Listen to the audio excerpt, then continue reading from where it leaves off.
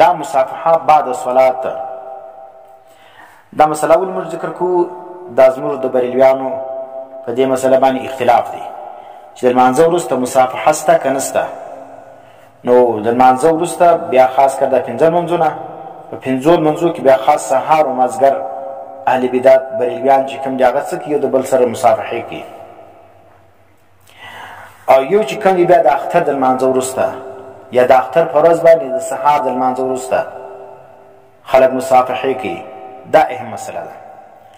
موږ په دې باندې دغه ذکر کوو، نو حوالې ذکر کوو، فتاواوې ذکر کوو چې دا مصافحه کول د اختر په ورځ باندې سهار د لمانځه بعد دا رقم په عیدګاه کې د اختر د لمانځه بعد دا مصافحه کول چې دا مصافحه چې شته دا بدعت ده.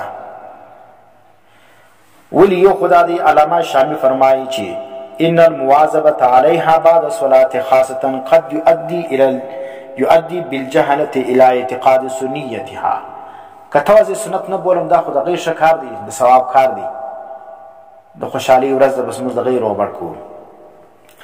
نو کتر اولاد سی ورځ کې پروا نه لري، او کتر اولاد سی هر ورځ کې یا په هر اختر کې کوي مواظبت باندې کوي. نو علامه شامی فرمایي چې دا جاهلان خلک بیا دا عقیده ساتي چې دا د اختر د ورځې سنت دی یا د لمانځه وروسته دا کار کول دا سنت دی. دا جاهل په دې څه پوهېږي؟ هغه عمر د پلار ورځ نیکه دا وخت سره روان وي لکه اوسي بعضې جاهلان علما هم دا رقم دي، ځان ته عالم وایي او مناظر احناف وایي زموږ د پلار ورځ نیکه طریقه و ده.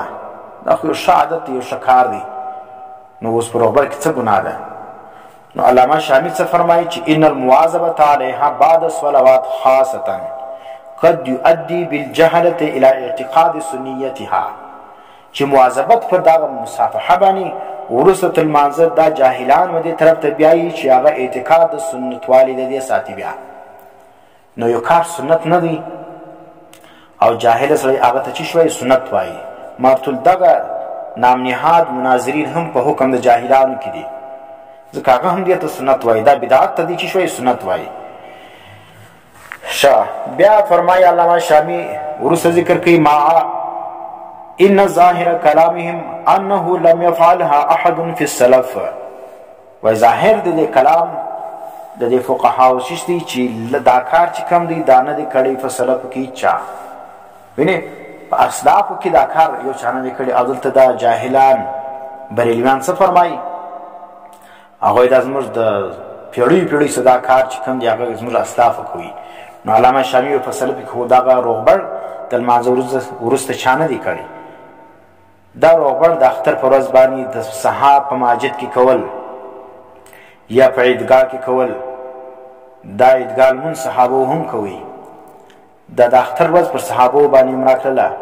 صحابو سهار په لمانځه کې سهار د لمانځه بعد د اختر په ورځ باندې یو د بل سره روغبړ نه دی کړی. دا رقم صحابه کرامو د اختر په ورځ باندې په عیدګاه کې یو د بل سره روغبړ نه دی کړی.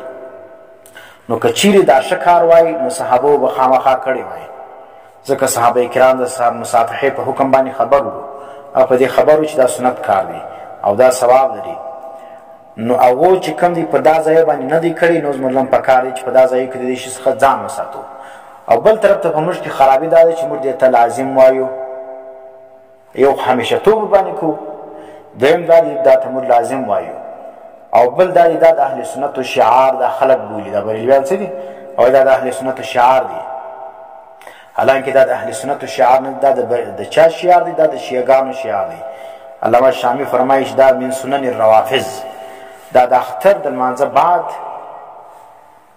روغبړ کول یا د سهار د لمانځه بعد یا د لمنځو د سهار او د مازدیګر د لمانځه بعد روغبړ کول، دا څه دی؟ من سنن الروافض. دا د شیعګانو طریقه ده. نو ته ځان ته سني وایې او د سهار د لمانځه بعد یا د اختر په ورځ د سهار د لمانځه بعد په مسجد کې سره راوغورځېږي، یو د بل سره روغبړونه کوي. او دا رقم په عیدګاه کې سره راوغورځېږي، یو د بل سره روغبړونه کوي. دا چې کوم دا د شیعګانو طریقه ده. هغه ذکر کوي وذكر ان منهم من كرهها لانها من سنن الروافض. دا علامه شامی ذکر کوي چې بعضو د دې فقهاو څخه دغه مصافحه چې دا مکروه ګڼلې ده، ځکه دا د شیعګانو طریقه ده. نو چې شیعګانو طریقه ده نو د دې سبب څه به کوې؟ ځان وساتې. او بیا ذکر کی واعتبر ابن الحاج هذه المصافحة من البدع التي ينبغي ان تمنع في المساجد. ورته ګوره ابن الحاج رحمه الله وایي دا مصافحه د هغه بدعاتو څخه ده چې پکار دی چې د دې څخه منع وسي په مساجدو کې. اوس خلک وایي دا ښه کار ده، خو یو د خیر کار دی، دا خو مسلمانان په دې ورځ باندې خوشحالي کوي، نو په مسجد کې مصافحه ښه کار دی، ته څنګه منع کوې؟ دا ښه کار نه دی، دا بدعات دی. دا مسجدونه به د بدعاتو څخه صفا کوې. نو بدعت چې کوم دی هغه حرام کار دی چې ته کوې، او بیا بدعت کوې په مسجد کې، دا خو نور ګناه لري، دا سنت نه ده دا رقم مصافحه. ځکه ابن الحاج څه فرمایي؟ هذه المصافحة من البدع التي ينبغي ان تمنع في المساجد. مناسب دا چې دا منع سي په مساجدو کې، لأن موضع المصافحة في الشرع انما هو عند لقاء المسلم. هغه ذکر کوي چې مصافحه د مسلمان سره چې جواز لري، هغه هغه وخت دی چې یو مسلمان سره ستا ملاقات وسي. ملاقات په وخت کې مصافحه بالکل جایز ده.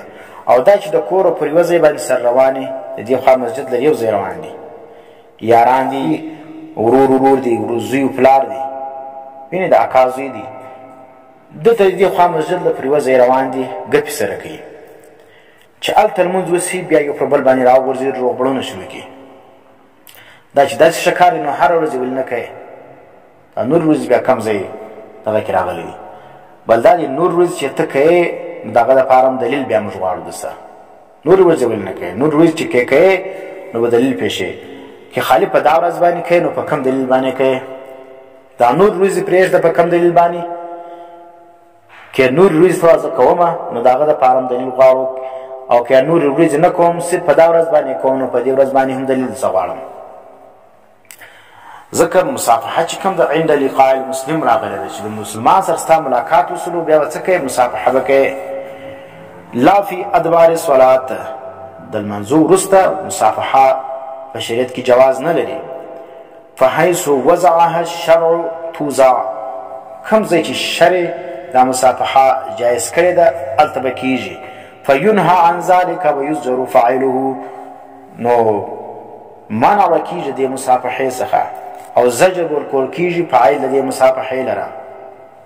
نو پر اسلامي حکومت باندې دا لازمه ده چې په کومو ځایو کې دا بدعت شروع وي، دا بدعت به اسلامي حکومت منع کوي. دا علامه شامی رحمه الله ذکر کوي لما اتی من خلاف سنه. نو اوس په دا مسجدانو کې چې سهار د لمانځه بعد یا د اختر په ورځ باندې د عیدګاه د لمانځه بعد د دې خوا یو ځای ځي، او هلته چې لمونځ وسو د هغه وروسته بیا یو د بل سره د هغه کسان چې تر اوسه ګپې سره کولې په یوه موټر کې سپارو، بیا یو پر بل باندې راوغورځېږي، روغبړونه کوي. دا روغبړ چې کوم دی دا بدعت دی. دا یو خو د دې التزام کېږي، دویم چې کوم دی په دې باندې مواظبت کېږي، دریم دا د کچانو کې هغه ته بدرت ویل کېږي.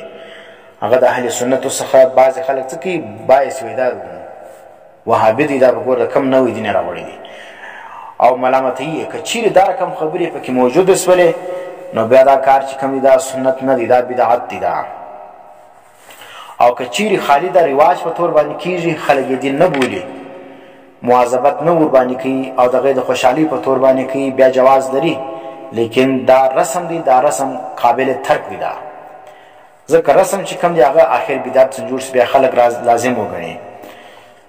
نو د اختر په ورځ باندې او دا رقم د اختر په ورځ د سهار د لمانځه بعد روغبړ کول دا زموږ په معاشره کې دا چیز دی، دا که رواج په طور خلک کوي هم قابل ترک دی.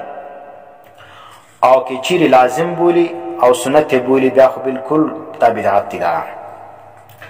نو د اختر په ورځ باندې بیا خاص کر په مسجدو کې دا کم خلک دا روغبړونه کوي. دا روغبړ په مسجد کې دا ګناه لري، ځکه دا بدعت جوړ سلو